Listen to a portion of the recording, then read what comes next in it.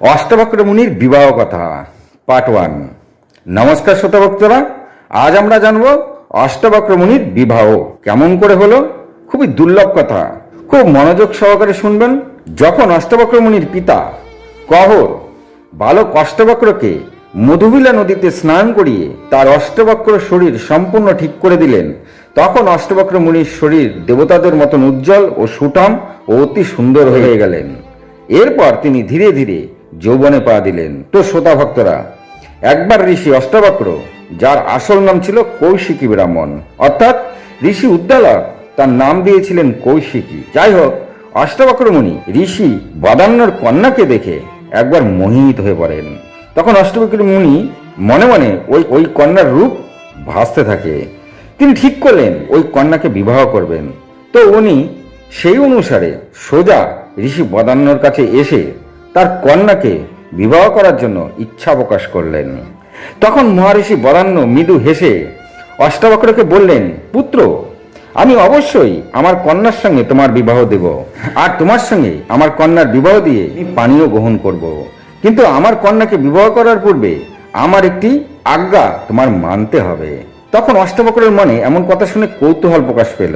তিনি বদান্য ঋষির দিকে প্রশ্নসূচক ভাবে তাকিয়ে বললেন, কেমন আজ্ঞা মহারিষি? তখন মহারিষি বদান্য বললেন, তুমি যত শীঘ্রই হোক উত্তর দিকে যাও, সেখানে অলকাপুরী ও হিমালয় পড়বে। সেখান থেকে আরো উত্তরে তুমি কৈলাস পর্বত দেখতে পাবে। ওইখানে দেবাদিদেব মহাদেব এবং তার সঙ্গে অনেক দেব, গন্ধর্ব, ভূত, পিশাচদের নিয়ে তিনি বসবাস করেন। আর তারই পূর্ব দিক থেকে উত্তর দিক পর্যন্ত 6 ঋতু, 4 কাল, দিবারাত্রি, দেবতা ও মানুষ সেখানে বসে মহাদেবের উপাসনা করে চলেছেন। কিন্তু আসল জায়গা তোমার ওই ক্ষেত্রেও নয়। ওখান থেকে আরো কিছুটা এগিয়ে গিয়ে দেখতে পাবে মেঘের মতন দেখতে একটি অতি সুন্দর মনোরম নীলাবন আছে। ওই নীলাবনে একজন বৃদ্ধা তপস্বিনী বাস করেন। তুমি তার সঙ্গে সাক্ষাৎ করে তার দর্শন করে আবার চলে আসবে, এটাই আমার আজ্ঞা। আর তুমি ফিরে আসা মাত্রই তোমার সঙ্গে আমার কন্যার বিবাহ দিয়ে দেব। এই কথাটা শুনে মহারিষি অষ্টবক্র বদান্যের আজ্ঞা স্বীকার করে নিলেন। এরপরে তিনি বদান্যর আজ্ঞা নিয়ে নীলবনে বৃদ্ধ তপস্বিনীর দর্শনের আশায় বেরিয়ে গেলেন। চলতে চলতে অষ্টবক্র মুনি হিমালয়ে এসে পড়লেন। সেখানে তখন ধর্মদায়িনী বহুদা নদী বয়ে চলেছে। ঋষি অষ্টবক্র ওই পবিত্র জলে স্নান করে পিতার নামে তর্পণ করলেন, তারপরে আচমন করে নিলেন। এরপর কুশাসন পেতে ওই নদীর ধারেই বিশ্রাম নিয়ে নিলেন। সেখানে রাত্রি যাপন করে প্রভাতে অগ্নি জ্বালিয়ে যজ্ঞ করে নিলেন। তিনি যেখানে বসে যজ্ঞ করলেন তারই অনতি দূরে একটি সরোবর তিনি দেখতে পেলেন।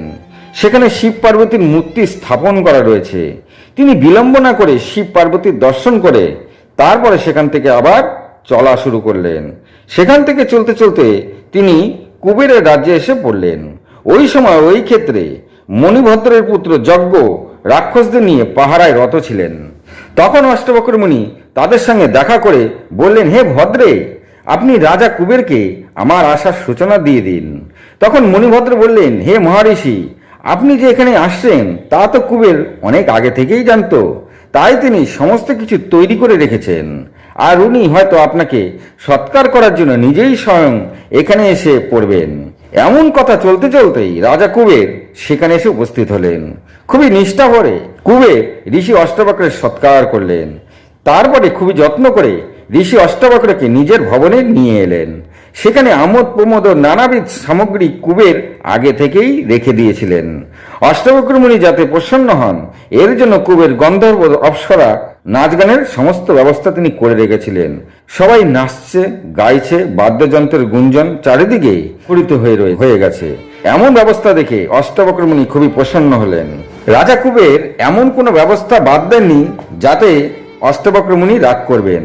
চাওয়ার আগেই তিনি অষ্টবক্র মুনির কাছে সেই বস্তু হাজির করে দিচ্ছিলেন। এরপরে অষ্টবক্র মুনি যেতে চাইলেন, আর যতবারই তিনি যেতে চাইলেন কুবেরের সৎকারে আবার তিনি কিছুকাল সেখানে থেকে যেতে থাকলেন।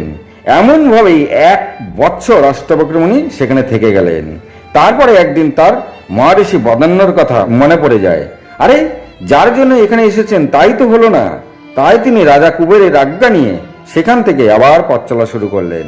তারপর তিনি একে একে কৈলাস মন্দ্রাচল, সুমেরু ইত্যাদি পেরিয়ে আরও উত্তরে প্রবেশ করলেন। সেখানে কিরাত রূপধারী মহাদেবের দর্শন করলেন। তারপরে তিনি তাকে প্রদক্ষিণ করে আবার চলতে শুরু করলেন। আরও কিছু আগে গেলে তিনি একটি অতি সুন্দর বন দেখতে পেলেন। তিনি ওই বনে প্রবেশ করলেন এবং সেখানে একটি দিব্য আশ্রম দেখতে পেলেন। আর ওই আশ্রমের পাশেই একটি সুন্দর রত্নাদি দ্বারা নির্মিত পর্বতও দেখতে পেলেন। এছাড়া আশ্রমের পাশে সুন্দর একটি সরোবরও তিনি দেখতে পেলেন। এত সুন্দর যে অষ্টবক্র মুনি ভাবলেন যে এই সুন্দরতা কুবেরের নাগরিকও হার মানায়। এছাড়া তারই পাশে খুবই সুন্দর একটি দিব্য সোনার বিমান রাখা ছিল, আর চারিদিকে মন্দাকিনী ফুল ফুটেছিল, আর তারই পাশে কলকল শব্দে নদীও বয়ে চলেছে। আর সেই বনের এত সুন্দর রূপ, এত সুন্দর সেই বন, তিনি অবাক হয়ে এইসবই চারিদিক তাকিয়ে ভাবতে থাকলেন যে আমি যে কুবেরের রাজ্যে 1 বছর ছিলাম, এই বন তাকেও হার মানায়। এত সুন্দর, কে কিভাবে এই রকম স্থানে এত সুন্দর মনোরম স্বর্গীয় উদ্যান তৈরি করে রেখেছেন। এমনই ভাবতে ভাবতে তিনি একেবারে উদাসীন ভাবে তাকিয়ে রইলেন। তো শ্রোতা ভক্তরা, আজ এই পর্যন্তই। পরবর্তী কথা শুনতে কালকে আবার আমার ভিডিও দেখবেন। তার পরবর্তী দ্বিতীয় পার্ট আমি দিয়ে দেবো। অষ্টবক্র মুনির বিবাহ কি করে হলো সেই কথাই আমি আপনাদেরকে জানাচ্ছি। যদি ভালো লাগে একটি সাবস্ক্রাইব করে দেবেন। ভালো থাকুন, সুস্থ থাকুন, নমস্কার।